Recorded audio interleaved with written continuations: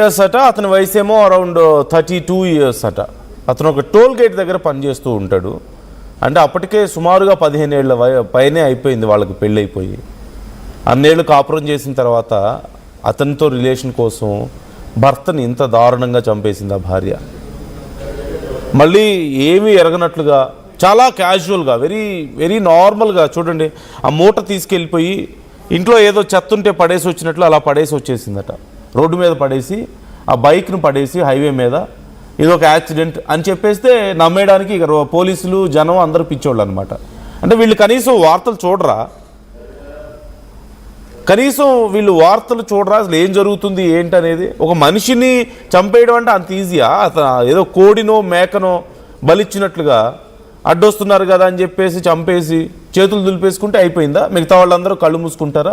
వాళ్ళ parents పట్టించుకోరా? Police పట్టించుకోరా? చుట్టుపక్కల వాళ్ళు పట్టించుకోరా? అందరూ పిచ్చివాళ్ళు, వీళ్ళు మాత్రం చాలా తెలివి కళ్ళాలని చెప్పేసి అనుకుంటూ ఉంటారా? కనీసం బేసిక్ నాలెడ్జ్ అయినా లేదా అంటే there are some other options కదా. వీళ్ళు discuss about it later. And ఒకసారి సురేష్ జాయిన్ అవుతున్నారు మనతో. సురేష్, ఇంకా డీటెయిల్స్ ఏంటి ఈ అంశానికి సంబంధించి? అతను ఒక టోల్ గేట్ దగ్గర పనిచేసే పర్సన్ అని పోలీసులు చెప్పడం కనిపిస్తుంది. ఆమె వయసు ఏమో 40 ఇయర్స్ ఉంది, అతని వయసు ఏమో 32 ఇయర్స్ అప్రాక్సిమేట్గా ఉంది. వాళ్ళ కుటుంబం కండిషన్ ఏంటి? అతను కానీ ఇటు ఈ మహిళకి సంబంధించిన family details and present situation ఏంటి? చేస్తున్నాడు. ఈ సంఘటన పీలేరు పట్టణంలోని డిష్ కాలనీలో చోటు చేసుకుంది. అయితే ఉమాదేవి అన్నటువంటి ఈ మహిళ పెళ్ళై చాలా కాలం అయింది. ఈమెకు ఒక బీటెక్ చదివేటువంటి ఒక కొడుకు కూడా ఉన్నాడు. అంతటి వయసు కలిగినటువంటి కొడుకు కూడా ఉన్నటువంటి పరిస్థితి. ఇటీవల ఒక అక్రమ సంబంధం కోసం వేరొక ప్రియుడు మోజులో ఉన్నటువంటి ఉమాదేవి ఎలాగైనా భర్తని మట్టు పెట్టాలన్నటువంటి పన్నాగం పడినటువంటి పరిస్థితి ఉంది.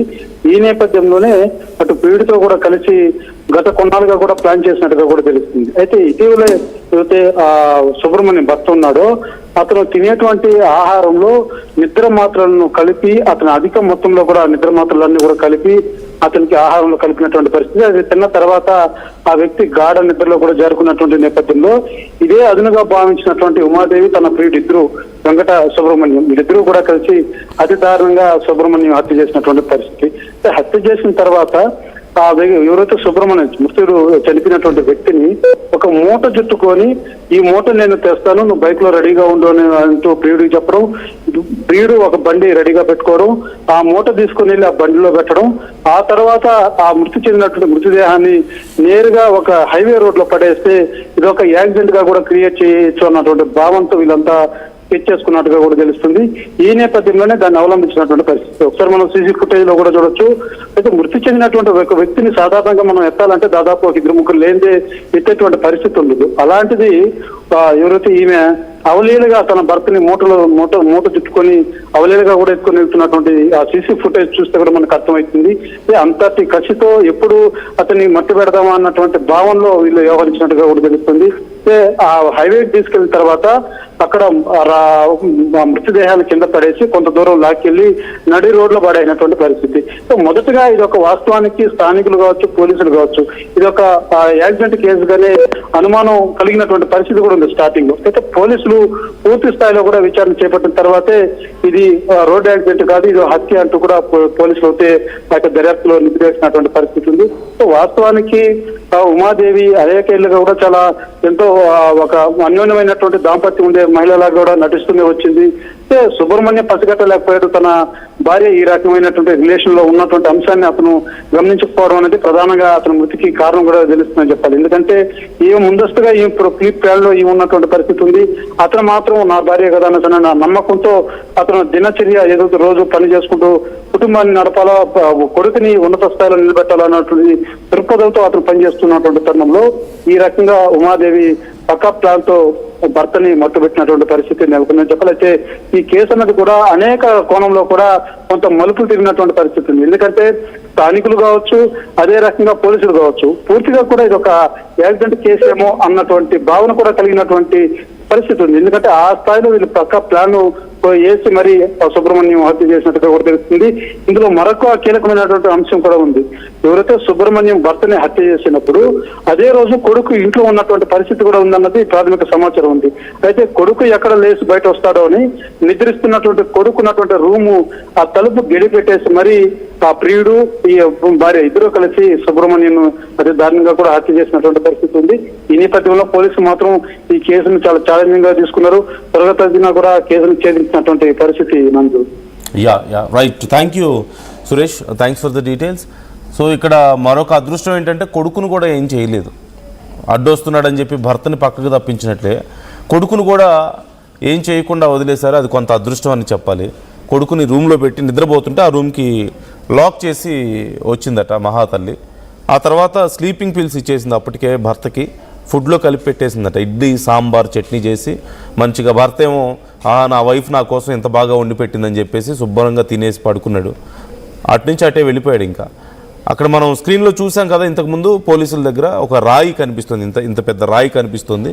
ఆ రాయి ఆ రాడ్ పెట్టి అదిగో అక్కడ కనిపిస్తున్నాయి కదా, వాటితో అతన్ని కొట్టి చంపేసి అతని బైక్ తీసుకెళ్ళి హైవే మీద పడేసి అక్కడ దగ్గరలో మూట కట్టుకొని వెళ్ళి అతన్ని ఎలా మోసుకెళ్ళిపోతుందో చూడండి. Such a strong women she's, physically and mentally super women. చూడండి, భర్తని చాలా అవలీలగా మోసుకెళ్ళిపోయి అక్కడ పడేసి వచ్చిందట. కొంచెం కానీ భయం కానీ బాధ కానీ ఎక్కడ కనిపించడం లేదు. మోర్ ఆఫ్ ఇక అంటే ఇంకేం ఆలోచించరా అంతకు మించి వాళ్ళ. అదే I'm sorry for using this word again, కామంతో కళ్ళు మూసుకుపోయిన వాళ్ళు అంటారు కదా, వీళ్ళేనేమో. ఎందుకంటే కనీసం ఏం చేస్తున్నామో ఎందుకు చేస్తున్నామో అర్థం కాకుండా తనకంటే తక్కువ వయసు ఉన్న ఒక యువకుడితో, ఆమెకి 40 ఏళ్ళు అతనికేమో 32 ఏళ్ళట, వాళ్ళిద్దరు పెళ్ళయి, ఆ భార్యాభర్తలకి పెళ్ళయి 20 ఏళ్ళు అవుతుంది. ఒక కొడుకు అట్లీస్ట్ 15 ఇయర్స్ ఏజ్ ఉంటుంది అతనికి. తన తల్లి ఇలా చేసిందని ఆ కొడుకు ఎలా అర్థం చేసుకోగలుగుతాడు, ఎలా జీర్ణించుకోగలుగుతాడు? జీవితంలో మళ్ళీ ఇలాంటి ఒక షాక్ నుంచి ఆ కొడుకు తేరుకోగలుగుతాడా? తన తండ్రిని తన తల్లి వేరే అతనితో అక్రమ సంబంధం పెట్టుకొని ఇలా చంపేసింది అని నిద్రపోగలుగుతాడా? ఇంకోసారి తన తల్లి ముఖం చూడగలుగుతాడా? తీరా ఇంత చేసిన తర్వాత ఏముంది, తను తన బాయ్ ఫ్రెండ్ ఇద్దరు కలిసి వేరే జైల్లో ఓచలు లెక్క పెట్టుకోవడం తప్ప ఇంకేమైనా ఉంటుందా ఇక్కడ? Where is there common sense? ఇలా చేస్తున్న వాళ్ళు చాలామందిలో ఇదే. So called very much developed nation మంది అంతా ఉన్నాయి, ఏఐ యుగం అని చెప్పి మాట్లాడుకుంటున్నాం, అందరి దగ్గర ఫోన్లు ఉన్నాయి. So it's very easy to catch them అనేది కనీసం అర్థం కాదా? లేదంటే వాళ్ళకు వాళ్ళు ఏదైనా పెద్ద ప్రొఫెషనల్ కిల్లర్స్ లాగా ఫీల్ అవుతూ ఉంటారా? లేదంటే ఆ టైంలో బ్రెయిన్ పనిచేయదా? ఇంత వైలెంట్గానే ఆలోచించాలా? There are some other options, like divorce ఇచ్చుకోవచ్చు అంతగా ఇష్టం లేకపోతే. ఇవన్నీ కూడా కాదు అనుకుంటే అసలు ఈ అందరికీ తెలుస్తుంది ఈ గొడవ అంతా, ఐ కాంట్ ఫేస్ ఇట్ అనుకుంటే వెళ్ళిపోండి ఏటన్నా బాయ్ ఫ్రెండ్స్తో కలిసి. అవన్నీ కాదు, భర్త ప్రాణాలు తీసేయాలి, సింపుల్. ఏదో కోడినో మేకనో తప్పించినట్లు తప్పించేసేయాలి, తర్వాత బాయ్ ఫ్రెండ్తో ఎంజాయ్ చేయాలి. అంతే మోటివ్ వాళ్ళది. ఇంకా అంతకు మించి వాళ్ళకి ఆలోచన శక్తి కూడా ఉండదేమో. ఒక మనిషి ప్రాణం తీయడం అంటే అంత ఈజీ ఏమో పాపం. ఫాదర్ కంప్లైంట్ ఇచ్చారంట, అతని ఫాదర్ నాకు డౌట్ ఉందని కంప్లైంట్ ఇస్తే ఆ తర్వాత ఈ కేసు విచారిస్తే అసలు విషయం బయటపడింది.